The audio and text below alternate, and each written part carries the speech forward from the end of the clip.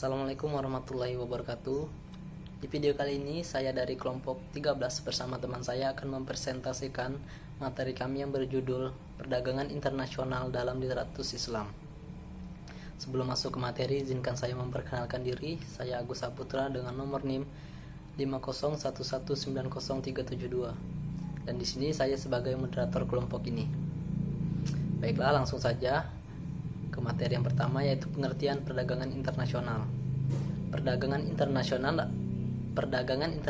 adalah perdagangan yang dilakukan suatu negara dengan negara lain atas dasar saling percaya dan saling menguntungkan. Perdagangan internasional tidak hanya dilakukan oleh negara maju saja, namun dilakukan oleh negara berkembang. Menurut Soedono Sukirno, manfaat perdagangan internasional adalah memperoleh barang yang tidak dapat diproduksi di negara sendiri.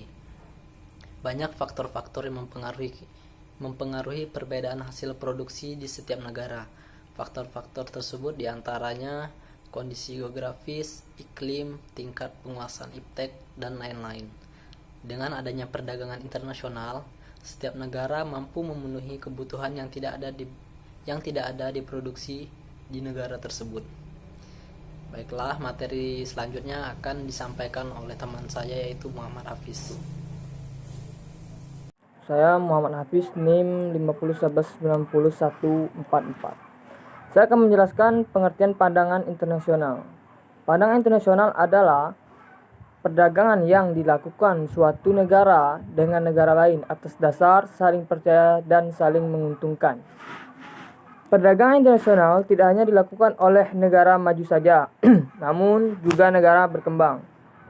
Menurut Soedono Sukirno, manfaat pandangan internasional adalah memperoleh barang yang tidak dapat diproduksi di negeri sendiri. Banyak faktor-faktor yang mempengaruhi perbedaan hasil produksi di setiap negara. Faktor-faktor tersebut diantaranya kondisi geografi, iklim, tingkat penguasaan iptek, dan lain-lain. Dengan adanya pandangan internasional, setiap negara mampu memenuhi kebutuhan yang tidak diproduksi sendiri. Pandangan internasional juga diartikan sebagai pandangan yang dilakukan oleh penduduk suatu negara dengan penduduk negara lain atas dasar kesepakatan bersama. Penduduk yang dimaksud dapat berupa antar perorangan, individu dengan individu, antara individu dengan pemerintah suatu negara atau pemerintah. Pandangan internasional menjadi suatu faktor utama untuk meningkatkan GDP. Meskipun pandangan internasional telah terjadi selama ribuan tahun, lihat jalur Sutra Amber Road, dampaknya terhadap kepentingan ekonomi, sosial, dan politik baru dirasakan beberapa abad belakangan. Perdagangan internasional pun turut mendorong industrialisasi, kemajuan transportasi, globalisasi, dan kehadiran perusahaan multinasional. Sekian dari saya. Kenalkan, nama saya Ahmad Menani, NIM 501190339. Di sini saya akan menjelaskan dampak positif dan negatif perdagangan internasional. 1. Dampak negatif perdagangan internasional. A. Saling membantu dan memenuhi kebutuhan antar negara.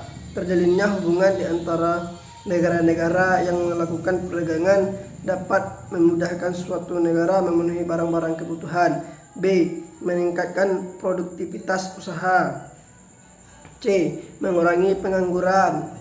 D. Menambah pendapatan devisa bagi negara. Dalam kegiatan perdagangan internasional, setiap negara akan memperoleh devisa. Semakin banyak barang yang dijual di negara lain. 2. Dampak negatif perdagangan internasional. Adanya perdagangan internasional mempunyai dampak negatif bagi negara yang melakukannya. Dampak negatif sebagai berikut. A. Adanya ketergantungan suatu negara terhadap negara lain. B. Adanya persaingan yang tidak sehat dalam perdagangan internasional. C.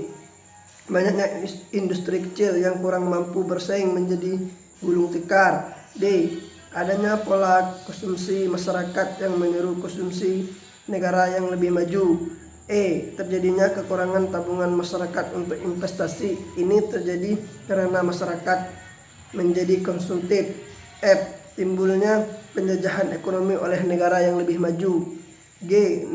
Neraca perdagangan dan neraca pembayaran. Sekian dari saya. Perkenalkan, nama saya Bahrotulisa Fitri dengan NIM 501190194. Di sini saya akan menjelaskan tentang pandangan Islam dalam persoalan perdagangan internasional. Islam memiliki pandangan yang khas dan sama sekali berbeda dibandingkan dengan teori-teori yang ada. Pandangan Islam dalam persoalan perdagangan internasional yaitu 1. Asas perdagangan didasarkan pada pedagangnya, bukan komoditi. Dalam permasalahan perdagangan, baik perdagangan domestik maupun perdagangan internasional, Islam menjadikan pedagang sebagai asas yang akan dijadikan titik perhatian dalam kajian maupun hukuman-hukuman perdagangannya. Status hukum komoditi yang diperdagangkan akan mengikuti status hukum pedagangnya. Hukum dagang atau jual beli adalah hukum terhadap kepemilikan harta, bukan hukum terhadap harta yang dimiliki. Dengan kata lain, hukum dagang atau jual beli adalah hukum untuk menjual dan membeli, bukan untuk harta yang dijual atau yang dibeli.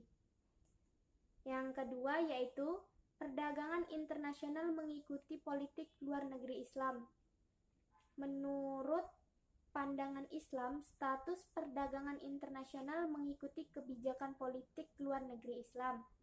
Dalam politik luar negeri Islam, negara-negara di luar Darul Islam dipandang sebagai Darul Harbi. Darul Harbi dibagi menjadi 2, yaitu Darul Harbi Fi'lan, yaitu negara yang secara real atau de facto sedang memerangi Islam, dan Darul Harbi Hukman, yaitu negara yang secara de facto tidak sedang berperang dengan negara Islam. Berdasarkan pandangan politik luar negeri itulah, maka status pedagang itu dikelompokkan menjadi 4. Yang pertama, pedagang yang berstatus sebagai warga negara. Yang kedua, pedagang dari negara Harbi Hukman. Dan yang ketiga, pedagang dari negara Harbi Hukman yang terkait dengan perjanjian. Yang keempat, pedagang dari negara Harbi Fi'lan. Perdagangan internasional dalam pandangan Islam yang ketiga yaitu politik dagang internasional. Jika pembahasan perdagangan internasional sampai di sini, sekilas tampaknya sistem Islam terlihat sama dengan politik ekonomi pasar bebas. Tentu merupakan kesimpulan yang salah, sebab jika pembahasan perdagangan internasional dilihat dalam perspektif negara, maka politik perdagangan internasional dalam Islam akan berbeda, karena harus tetap tunduk pada kepentingan politik luar negeri Islam. Dalam politik luar negeri Islam, negara Islam dipandang sebagai pihak yang paling bertanggung jawab untuk mengembangkan risalah Islam ke seluruh penjuru dunia. Bahkan, syariat Islam mengizinkan penggunaan kekuatan militer untuk menumpas segala bentuk halangan fisik yang dapat mengganggu kelancaran penyebab dakwah tersebut. Oleh karena itu, segala bentuk perdagangan luar negeri Islam yang dilakukan negara harus dengan rangka menyukseskan kepentingan dakwah tersebut dan tidak boleh hanya untuk kepentingan ekonomi semata, agar risalah dakwah dapat berjalan dengan mantap. Dibutuhkan berbagai kebijakan khusus untuk melindungi kepentingan negara sekaligus memperkuat kemampuan negara. Sekian penjelasan dari saya. Mungkin hanya itu pemaparan materi dari kelompok kami. Kurang dan lebihnya kami mohon maaf. Saya akhiri. Wassalamualaikum warahmatullahi wabarakatuh. I'll be chasing